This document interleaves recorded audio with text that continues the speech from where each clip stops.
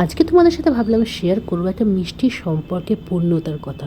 অর্থাৎ বেশ অনেক দিনের মিষ্টি একটা সুন্দর সম্পর্ক কীভাবে পূর্ণতা পেয়েছিল সেই গল্পটাই তোমাদেরকে বলবো আজকে। দিনটা ছিল 26শে নভেম্বর 2014। সেদিন কি হয়েছিল, আমাদের প্রথম দেখা। পরস্পরকে সেদিন কি প্রথম দেখেছিলাম, আমার হালকা ভালো লাগাও হয়েছিল। তো সেদিন ছিল আমার মাস্টার দাদার রিসেপশন। অপরদিকে ও এসেছিল ওর বন্ধুর দাদার রিসেপশন অ্যাটেন্ড করতে।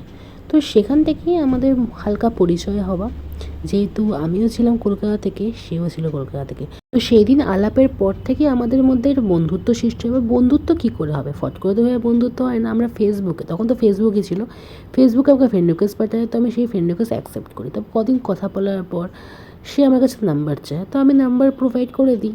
তো সেখান থেকে আমাদের মধ্যে হোয়াটসঅ্যাপে কথা বলা শুরু। তারপর ঠিক অনেক দিন পর আমরা প্ল্যান করলাম একদিন চলো দেখা করা যাক। তখন বলতে গেলে বন্ধুত্বের সম্পর্কটা বেশ ঘনিষ্ঠ হয়েছে। তারপর একটা পছন্দের জায়গা মতো, মানে অর্থাৎ আমরা গিরিশ পার্কে সিসিটিতে প্রথম দেখা করি।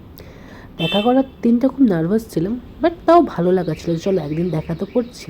তারপর যাই হোক দেখা করলাম। তো প্রথম দেখা করার দিনটা জাস্ট অসাধারণ কেটেছিল। তো তারপর থেকেই দেখা করার পরিমাণে অনেকটাই বাড়ে। তো বন্ধুটা যথেষ্ট পরিমাণে স্পেশাল ফ্রেন্ডে পরিণত হয়।